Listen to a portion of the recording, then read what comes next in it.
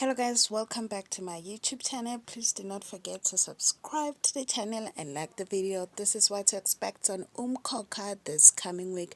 On Monday, Difa goes to the river to offer himself, but nothing happens.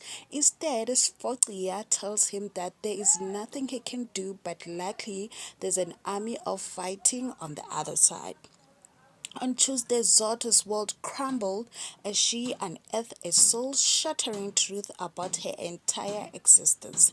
Tension continues in the Gumede house. On Wednesday, Zodwa turns to a Sangoma for help to understand what Mzobe is trying to say to her. Council discusses a new wife for Mkhululi.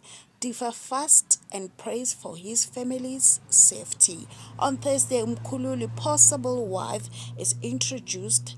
Zodwa comes close to discovering who stole Izikhwama. Nomkhosi tries to address the elephant in the room. On Friday, Zodwa goes on a quest to find missing Izikhwama. Will she find them and reclaim her destiny? Ndlovu is on a mission to get his daughter to win Mkhululi. Thank you for watching.